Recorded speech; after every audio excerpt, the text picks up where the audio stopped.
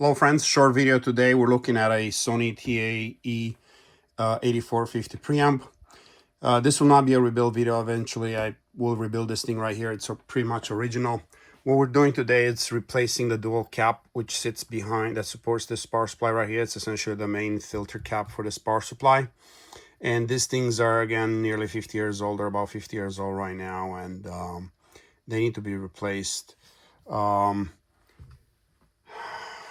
You could see these power supplies are in need of repairs. You could see those current sensing resistors there, pretty fried out.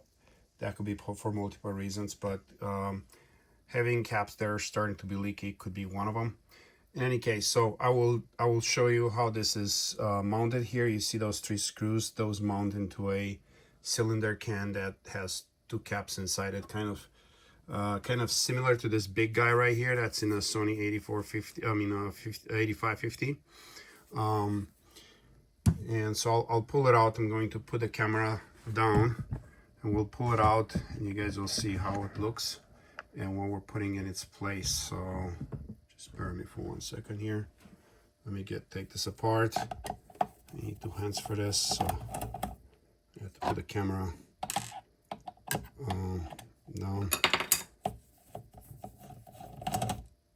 I did make a replacement for this more than a year ago actually, but haven't gotten to test it, so I'm putting in one right here right now because I need to send one of these dual caps to my friends. So I'm gonna do a fitment here. So you see that guy right here, that's essentially actually acts also as a structural support. And so when we're putting a replacement in place, it has to be the same height and it has to mount the same mounting points. I could have replaced this entire board and redo it, but I gotta pick my battles. All right, so this thing kind of slides out like this. Right here, you're seeing it. This is also present in the integrated Sony, which is the SONY TAE-8450. That one has both of these caps, and you've seen how I replaced this guy, this big guy, in one of my, if you don't remember, look up one of my videos. This will also be replaced. I'm gonna do a video at some point with 8650, but for now we're just doing it in this. So what I created one of these things right here. Looks like this. Yeah, I'm going to show you. It's essentially, this one is not mounted, but you see a couple of caps in there. This mounts like this, and then this are the same pitch, for lack of better words, as this guy right here. So it should mount from the back. What I'm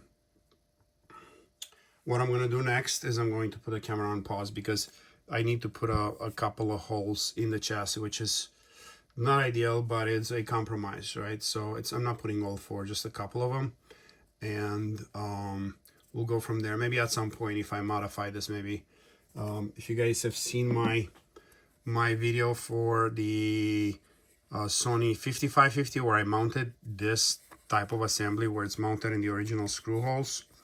The problem here is, like, I don't have that many choices, but I think if I get a little bit more creative than I had so far with this one, I could probably figure out a way to mount it from the back. Anyways, so right, I'll put this on pause. I'll be right back. All right, so you see I mounted this, couple of screw holes and a couple of screws, one there if you see it. And so now this thing is going to, and it's also the same height. When I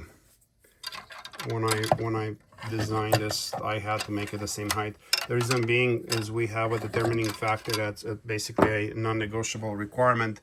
There's a supporting slot on the side, as you're seeing it right there, where this board needs to slide in.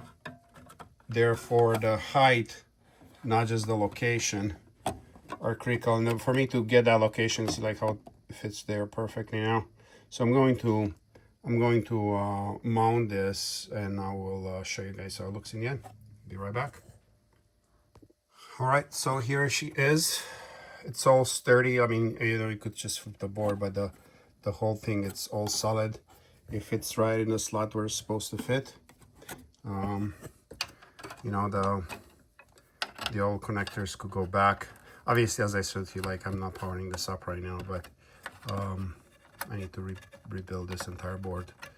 And this boards, if you're working with this board, you always have to try to put some sort of a not to stress them too much. They will snap very fast. They're not fiber boards, they're phenolic types, so they'll snap. So like if you push this connector in, you see how that thing flexes a little bit, you're not careful, it could snap. So always, if you work with these amplifiers, always try to not put too much mechanical stress on this board. They'll snap really fast.